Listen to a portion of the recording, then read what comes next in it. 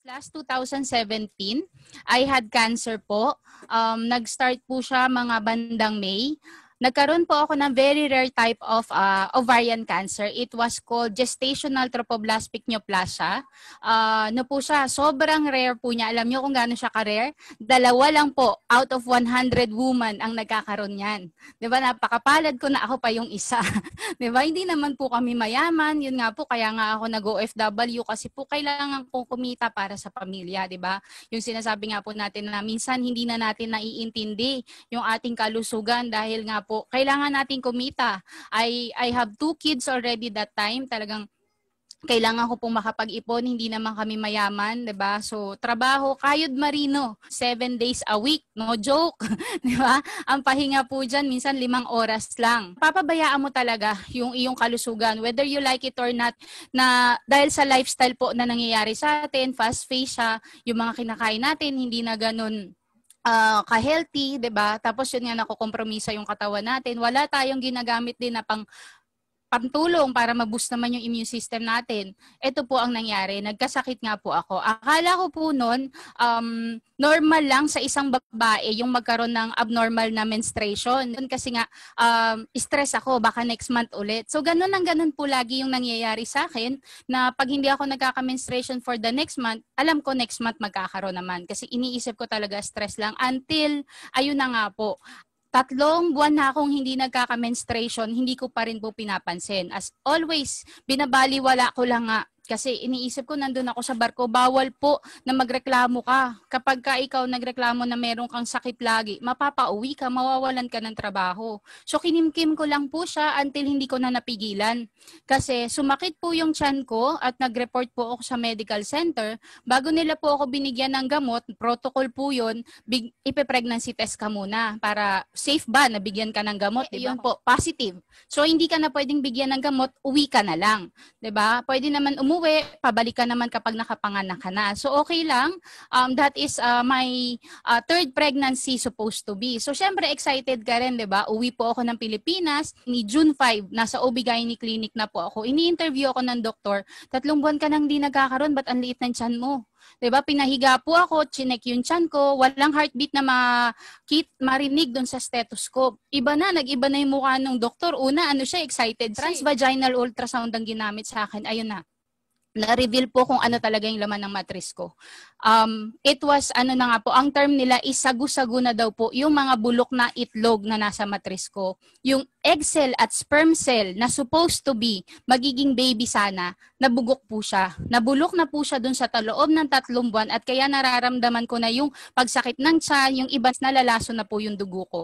So emergency RASPA ang ginawa po sa akin at ang next stop na kailangan gawin, i-biopsy po yung mga nakuha sa akin kung cancerous siya. And after a week, lumabas po yung test nun, cancerous talaga siya. Ang the next na naman is kailangan matignan natin kung walang naiwan sa parte ng katawan ko po. Dahil sa 3 buwan na nga siya na lumipas, 'di ba? Sabi talaga ng doktor, most likely meron. Doon nga po, hindi nagkamali, meron nga. At sabi po sa akin ng mga doktor, wala na tayong ibang way para magamot ka or matanggal yung mga kumalat na cancer cells sa dugo, sa katawan mo, kundi mag-chemotherapy ka na lang. 'Di ba? Alam mo yun, yung kahapon lang, masaya ka, maganda yung kalusugan mo, dahil sinabi buntis ka, tapos sinabi walang baby, patay, 'di ba? Dagok na agad, wala kang baby, tapos sasabihin pa may cancer ka. Alam mo yung bomba sunod-sunod, 'di ba? Yun po yung sinasabi nating masakit na akala mo okay ka lang, 'di ba? Pero deep within mo, sa'yo hindi mo nakikita yung loob mo, kaya dapat iniingatan talaga natin yung kalusugan natin. So, pumayag po ako, sabi ng mga doktor, 2 buwan lang daw po ako magkikimo.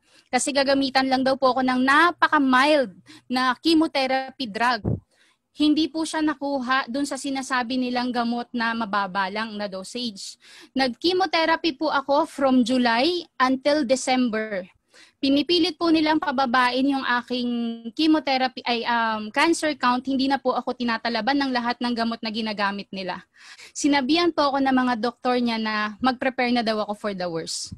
'Di ba? Habang lahat kayo magpapasko, sasabihin nyo mag-prepare tayo for Christmas, kami mag-prepare na daw po kami sa worst kasi hindi na nila alam kung ano pang mangyayaring pwede sa akin.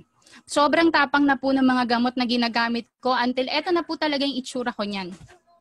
I was giving up already all hopes and I'm giving my life to God. But of course, in my heart, alam niyo yun, kailangan lumaban ka kasi nanay ka. I have a daughter po, 6 years old lang siya this time. Iniwan ko po tong bata na to, 5 months old. Bumalik na po ako sa pagbabarko. Every year, 2 months ko lang siyang nakakasama. So yun yung masakit, no? Nagtrabaho ka ng matagal na panahon para nga balang araw, maganda yung buhay ng anak mo. Yun pala, 'di ba? Ikaw rin yung magiging cause para maging pangit yung mangyari sa kanya kasi may sakit ka na. Ikaw na nanay, ikaw dapat nag-aalaga sa kanila. Wala ka. Napabayaan ko na po sila at ito po, sobrang labo na nung mata ko, sobrang kalbo na ako, bulol na po ako dyan, hinang-hina na po ako. Kaya po talagang binigay ko na sa Diyos yung buhay ko. Sabi ko, Lord, December po yan, no, 2017. Sabi ko, Lord, tagal naman ma-reveal nitong purpose na to, diba? Lord, kung may purpose ka, sana naman wag mo na pong paabutin ng January yung aking sakit. But God is so good, alam niyo po, yung December na yan na hindi na nila alam kung anong gamot ang gagamitin nila sa akin. Sabi nila sa akin ng doktor, 1 deal na lang. Etong last na gamot na to, gamitin natin to sa'yo. Pag ito gumaling ka dito, sure na sure, eto na. Sabi po kasi nila, kailangan daw sa isang gamot na gagamitin sa'yo, makalima kang negative. Na yun, saka kanila i-declare na cancer-free. And I talked to God and I said to God, Lord, ito na lang, last time ko na po gagamitin tong gamot na to. Gumaling ako ngayon or hindi ako gumaling, eto na po talaga, okay na ako. I surrender everything to you. And to our surprise nga po, first week ng January, gulat na gulat po yung mga doktor kasi biglang nag-negative 3. 'Di ba? From 200, nag-negative 3 po yung aking cancer count na gulat na gulat sila, sabi nila, hindi daw po yun totoo. 'Di ba? Yung mga doktor sabi nila, hindi yan, mali yan. Kailangan nating ulitin nga yan ng 5 times, kailangan ituloy. Pero ayoko na po. I said to the doctors, hindi ko po, nagalit sila sa akin kasi binaypass ko na daw po, birinay ko na yung protocol, hindi na raw po nila ako tanggapin doon sa ospital. Next week daw po, tataas ulit yung cancer counts ko. And sabi ko, sige, let it be, 'di ba? Kung yun po talaga yung kaloob ng Panginoon, edi kung yun na, 'di ba?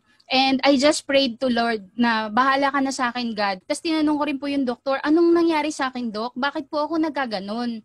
Sabi lang po nila sa akin, until this day, nung daw pong kausap nila ako, wala pang definite reason kung ba't nagkakaganyan ng isang babae. Pero ang nirule out po nila na cause is mahina na immune system na naman. 'Di ba? Kasi you, as the mother, as the host, hindi mo kayang bumuhay ng bagong buhay sa loob mo, kaya namatay sila. Dapat pala mapabalik ko na lang yung immune system ko na malakas. 'Di ba? At hindi na ako magkasakit ulit.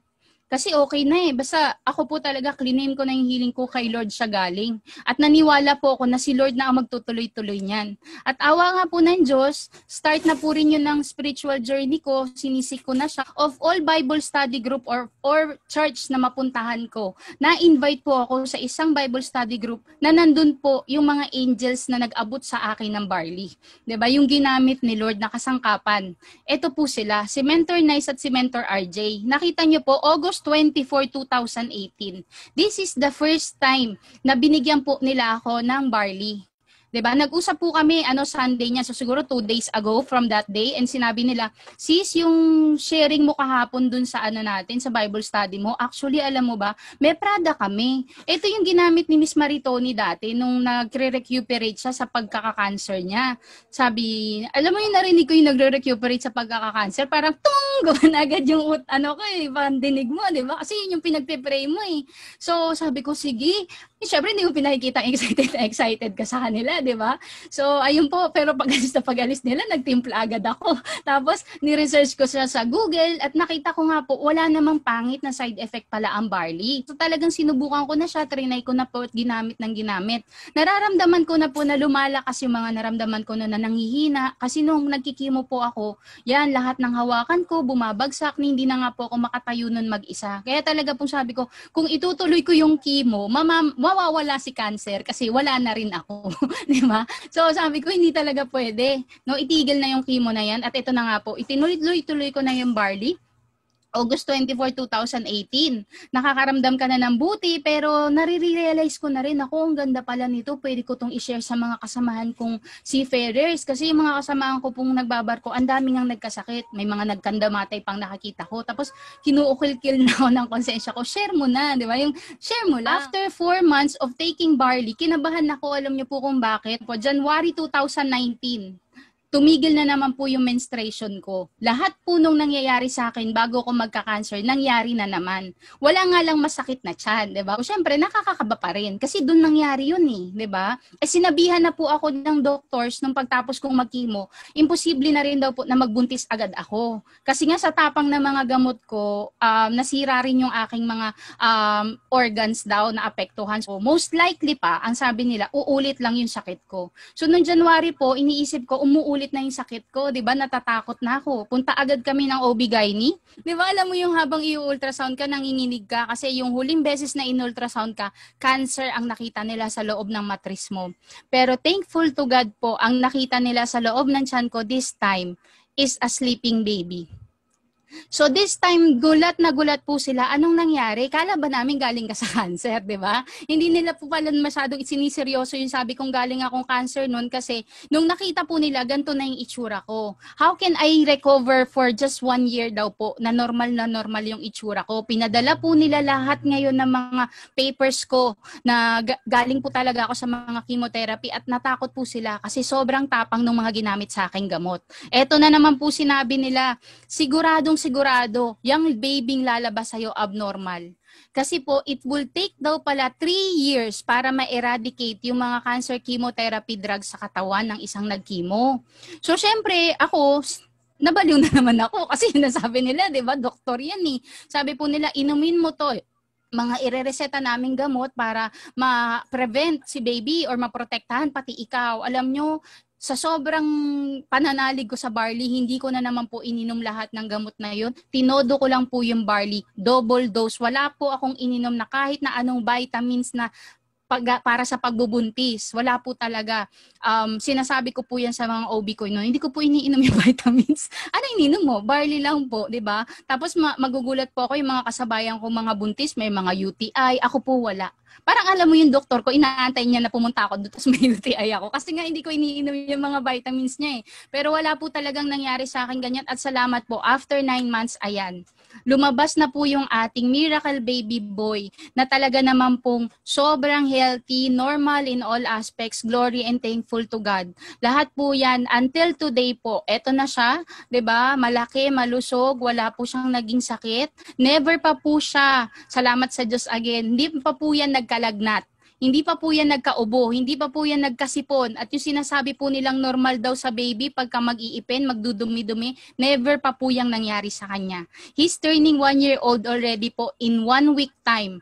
At yan lang po ang pinaiinom ko sa kanya, barley. Kahit po i-drug test nyo tong anak ko, wala po kayong makukuha sa sundugo niya yung kahit even vitamins. Kasi barley lang po talaga ang iniinom niya every single day. Parang aso po yan, di ba? Yung aso, pag inanyaw na mo ng buto, lalapit. Eto, ganyan na mo ng barley, lalapit. That's the reason why po talaga, shinare ko na po talaga yung barley to all of the people that I would meet. And kasi naisip ko po, di ba, kung sarilinin ko tong testimony ko, hindi ko naman ikayayaman yan. Pero kung i-share ko po to sa maraming tao, alam ko po maraming buhay ang madudugtungan at maraming tao ang matutulungan. Ayun po ang purpose nung sinasabi ko kanina, 'di ba, na tinatanong ko ba't ang tagal lumabas ng purpose, na-reveal po in God's time. So, yun po siya. Gusto ko lang pong ipakita sa inyo, siguro 1 minute na, few seconds na lang, ito po yung aking barley baby. Yan. Siya po, ang healthy baby ko po para makita nyo lang na talagang legit, no? Walang scam. Yan. Thank you po.